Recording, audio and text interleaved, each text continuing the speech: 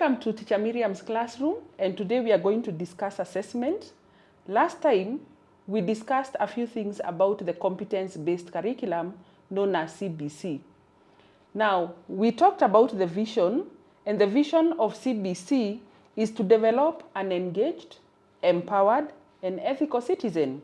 And this can only be realized by involving the learners in home-based activities. For example, we said cooking, cleaning, washing, preparing food.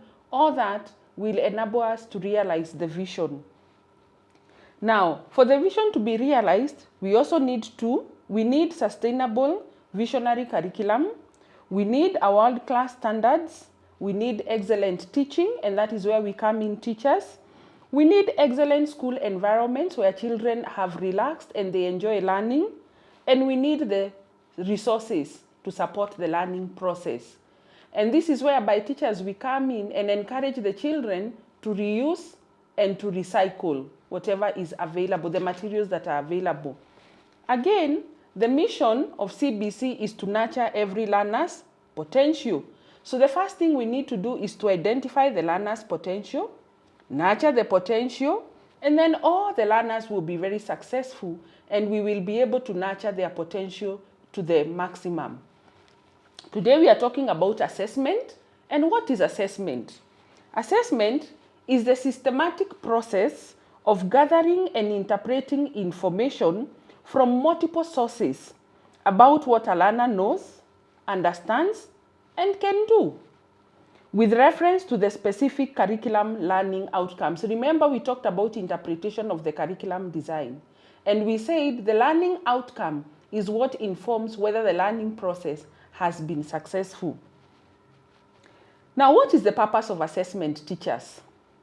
The main purpose is to improve learning. So teachers, as we assess the learners, remember we have shifted from exams to assessments. Exams are for placement. However, we are insisting assessment is to improve learning. So after the teacher has assessed the learners, they should be able to tell which level of the learner has fallen into. If they are not doing as well as they should have done or they are below expectation, then the teacher should sit down and maybe decide what other strategy do I need to apply to improve the learning process. Again, it helps in diagnosis. This helps the teachers to find out the level of competence. And this also helps the learners and the teachers to evaluate the learning process. The teacher is able to decide to look back and check what pedagogies did I apply during the learning process. And therefore, it also helps the teacher to improve on the learning process or the teaching pedagogies that they have been able to adopt. Assessment gives us feedback. It helps the teacher, the learner, and the parent to be able to see where is the learner. After the learning process, have the children been able to internalize? Remember, we said after learning, they should be able to use or they should have the ability to apply the knowledge in daily life. Therefore, it gives us feedback. And therefore, this means that it ascertains the progress in relation to the learning outcomes. Again, assessment helps us to do self-evaluation, self-assessment. It encourages the learners to make judgments about the quality of their own work. After we have given learners some work, it is very important, even projects, to ask them how they feel about their work. Then the learners will give you feedback. And therefore, they are able to do self-evaluation and they can look at the places that they need to improve on. It also helps the teacher to do self-evaluation and relook at their teaching methods. What about the resources they used? Were they able to achieve the learning outcome? Again, assessment helps in motivation. What do we mean? After the learners have done an assessment, whether it is during classroom assessment or SBA or summative or formative, the learners are able to look at their performance and see how much they have improved, and therefore they get motivated and they are able to put more effort, and their attitude towards the learning area also improves. It also helps learners to develop the capacity to self-evaluate.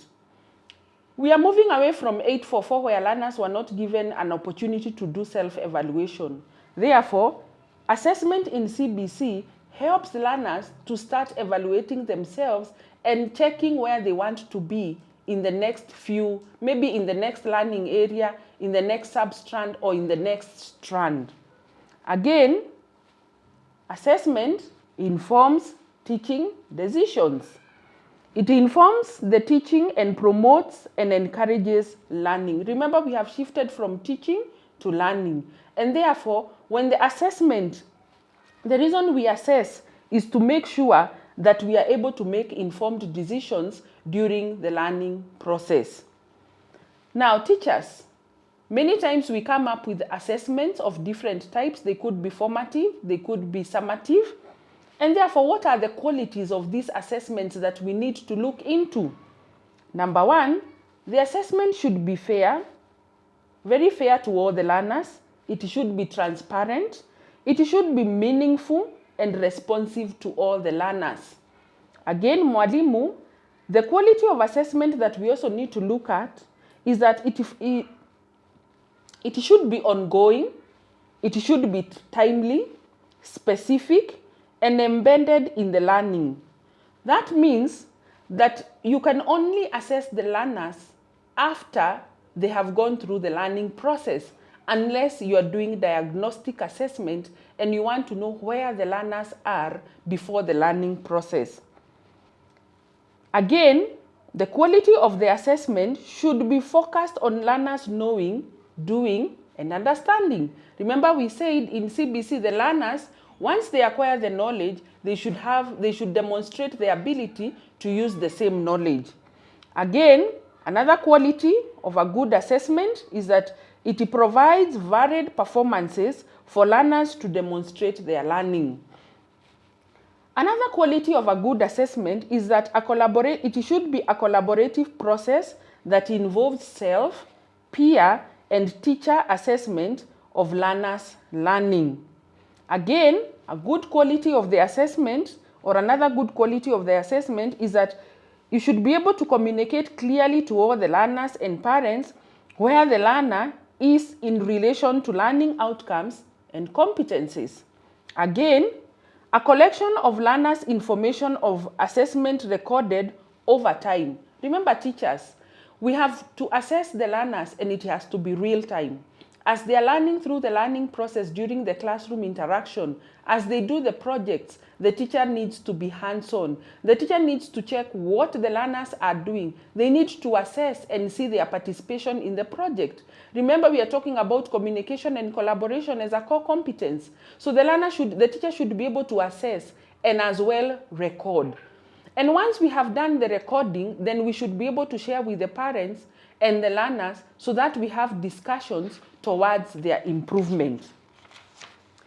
Now, I will only touch about the types of assessment. However, we will look at this at a later time. We have formative assessment, which is assessment for learning. We have assessment as learning, which we call summative assessment. Now, I know the teachers are very busy. They are going on with SBA, which at this point is formative assessment. But in third term, we will have summative assessment, which is under SBA, school-based assessment. And I will come in and enlighten the teachers on some of the tips that we can apply when doing these types of assessment. Again, remember, we have different tools and methods of assessment that the teacher should employ. So I'm looking forward to our next classroom where we will discuss the types of assessment. And thank you very much for attending our classroom today. Please remember to subscribe, and we are going to meet in the next lesson. Asante.